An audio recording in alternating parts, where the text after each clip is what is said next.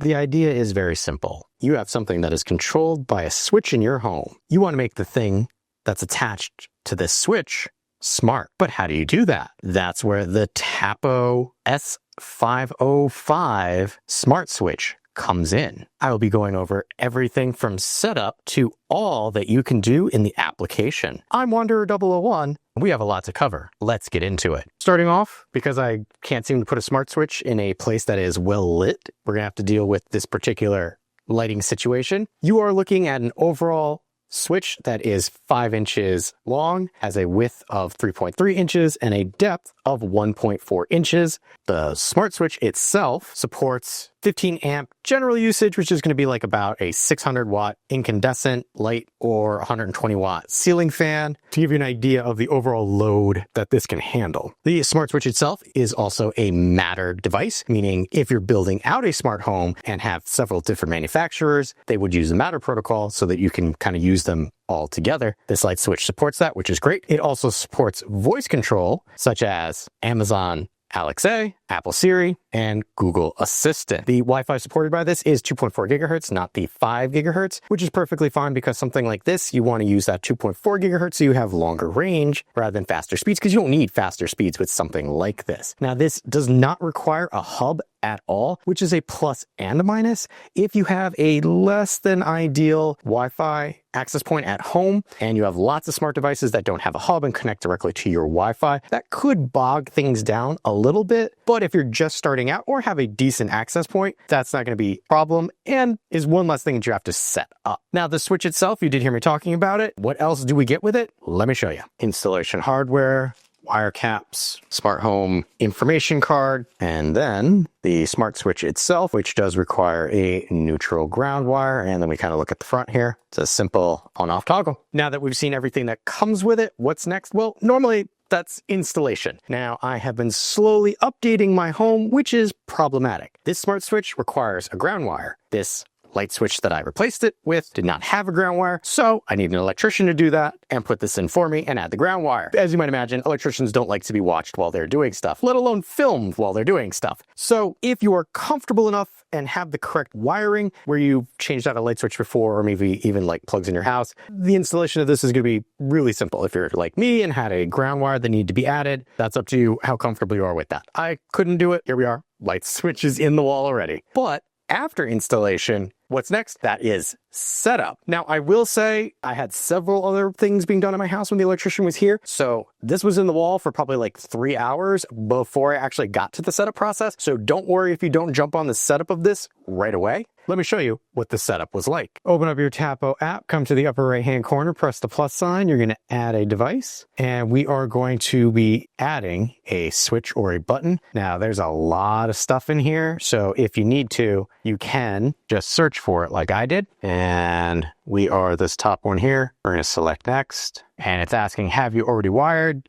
Yes, we have. All right, so Tapo will guide you through the setup process, get started. And it does have strong. Okay, ready. We did this already. So it's just walking us through the installation process. And like I said, I had to get an electrician in because I did not have a neutral wire already installed in this. So we're just going to kind of speed through this so that we can connect to device. It's already flashing orange and green. Okay, so now it's going to use Bluetooth to try and pair with it.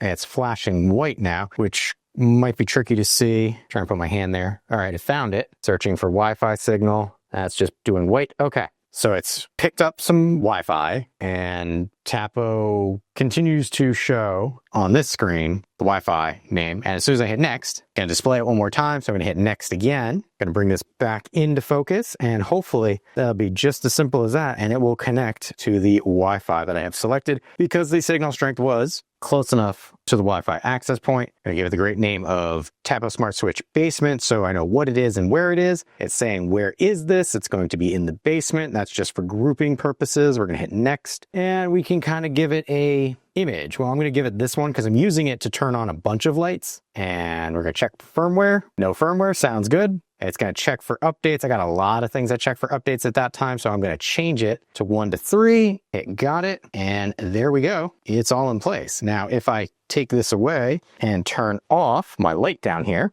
and click it, this is meant to turn the lights off above and turn lights on below. So that was setup. Now that we have this all set up, what's next? That would be controlling your smart switch remotely, setting up of schedules, or linking it to a group of smart lights that you might have in your home. All this is done in the application. Let's take a look. Right now I have it on my basement grouping tab just to make it easier to find. And right here you can see there's an image, it gives you the name, and then there's a quick toggle to turn this on and off. And when you do, you'll notice I had a bunch of other things light up. That's because I set up an automation for this, which I'll discuss a little later. But I can toggle this on and off from here, and there's a little animation that lights it up and lets you know what's going on. But we're gonna click into this so you can actually see what options you have for this light switch. Up at the top here, we have our name and its location. We have our power. Again, I could turn this on and off, and notice there's an animation that occurs when I do this, and we'll turn it off again. You can see it kind of comes in, comes out. I'll do it one more time. And then you can also see power. This device will turn off after, and then there's a countdown timer. You can cancel this from here or let the timer run out and then it turns itself off, or power it off manually. That is, again, based on something that I set up for this light switch. Coming down, we have our runtime. You could see today, in the past 7 days, and then in the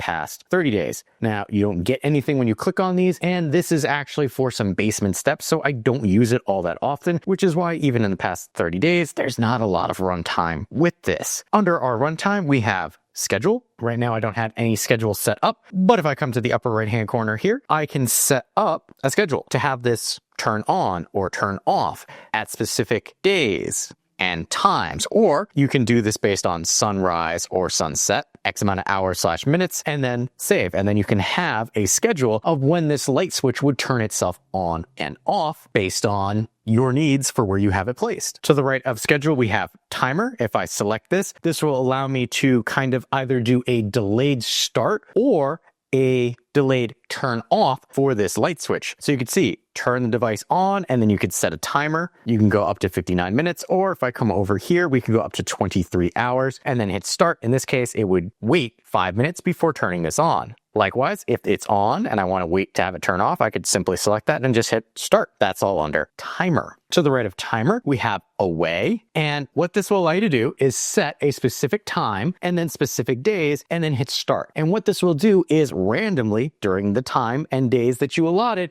it will turn that light switch on and off to mimic you being home to keep people guessing. Coming down, we have smart actions. If I select this, you can see that I have 2 smart actions that I have created. First being Tapo all basement lights off, and then Tapo all basement lights on. That's why you saw all those other icons light up, because I got this light switch with the idea of I have lights in my basement that aren't attached to the actual light switch at the top of my stairs, but are further in, but I wanted them to go off and on based on the light switch. So I set up these individual automations. And if I click into one, I can show you what I did. It's an if this then that scenario. You give it a name, you give it a time frame. So in my case, I want this to always happen. And when this Tapo light switch is turned on, if clause, if you wanted, then these other 4 devices also turn on. And we're going to back that out. Now, keep in mind, if you do an if this then that to turn something on, you also have to have a corresponding if this then that to turn it off. Make sure you do that if you set up smart automations. Under this, we have device sharing. Right now, I'm not sharing it with anybody, but if I wanted to and they had their own Tapo app, I can simply select the share and it will walk me through sending them a link to this device so that they can share its control with me. Support Center is under that, and here you can see it's going to bring up the support information for this particular Tapo device, and then under that is our favorites toggle. There is a favorites page on your Tapo app, and if you wanted it listed there, that's what you do. And that has been everything that we could do for the controls of this light switch. We're going to select the sprocket icon in the upper right hand corner to get to the settings for this light switch. Right here we have our device icon. I have a triple light situation. You could pick what you want. You could change the name. You could change its location. And this is one that's really nice that I appreciate that Tapo bakes this in, and that is default state. In this case, it's listed as off. What does that mean? It means if power is lost to the device and then power is restored, what is the state that it's going to come back in? In this case, it's going to be in the off position. If this is somewhere where you need to have the thing back on, well, then you're going to change this to on. So when power is lost, it will come back to that on state. Or if you're not sure, you could select on off, which will just be it returning to whichever state it was in when the power was lost, which is perfectly fine as long as this isn't a light switch in your bedroom and it comes on at 3 o'clock in the morning. But the fact that Tapo gives you that level of control for a smart switch is a plus in my book. Next down, we have delayed shutoff. Right now I have that disabled, but if we were to turn this on, what this would allow you to do is set a time. So up to 60 seconds, down to 5 seconds, in that if I turn off this light switch, how long will the lights stay on before they actually turn off or that action happens? So right now it's at 30 seconds, meaning I turn the lights off. The lights will not actually turn off until 30 seconds later. It's a nice feature, but I don't need that based on where I have this located. We do have under that auto off timer. I have this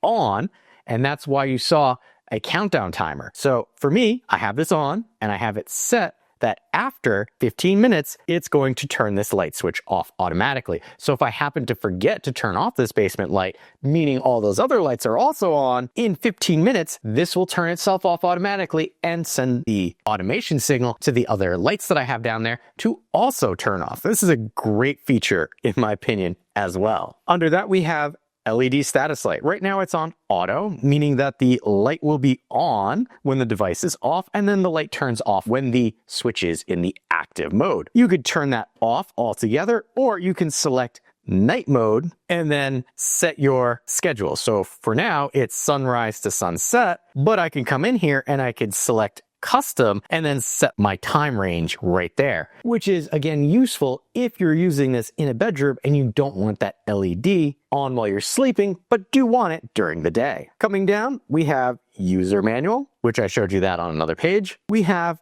groups. Right now, I don't have any groups, but if we wanted to include this light switch with a group of other Tapo devices, this is how we would do it. Simply select add group. I would say, hey, here's a group that I have, basement light, and I would hit save, and that would add it to my basement light grouping. I don't have that because I have this as the trigger for those other lights that are in that group. Coming down, we have device info, lots of sensitive information in there, won't be showing you that. And Matter setup code, also sensitive, don't want to put that out there. But if you're going to set this up for the use with the Matter protocol, you click on that, it will get you your information. Here we have our firmware update. I can select this and I have automatic firmware updates on, so you don't have to worry about doing that manually, which is great. And then remove this device from the Tapo app. And that has been everything that we can do in the Tapo app for the Tapo S505 smart Wi-Fi light switch. As we saw, the application allows us to do a lot of interesting things with this smart switch instead of just having it as something that can go on and off. Some things that I can test. First being, see how this is a rocker switch. This rocker switch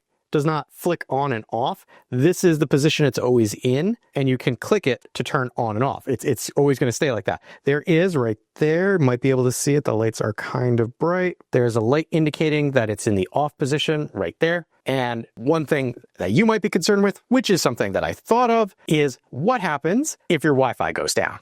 So you still have power, but your Wi-Fi is off. What happens to this light switch? Well, the light switch itself still acts and functions as a regular light switch. However, if you have this attached to other smart devices, those devices won't go on, but you can at least still use this to turn on and off whatever happens to be connected to this. Just remember, you won't be able to access this remotely unless your Wi-Fi comes back on. So keep in mind, if you have no Wi-Fi because you have no power, this won't work either way. Now, this has served a very needed purpose for me, but that doesn't mean that it does not have a few cons that I want to bring to your attention. First being the fact that it needs a ground wire. That kind of made it so I had to have somebody come in to install this instead of being able to do this myself. Next, this is actually only a single pole switch. So this is to my basement, which requires it to be a multi-pole. I was able to convince the electrician to put this in, even though it's not to code. If you need a multi-pole, this is not the light switch for you. Tapo does make a multi-pole, which I think I will be checking out next. If I do, I'll put a card somewhere to let you know. And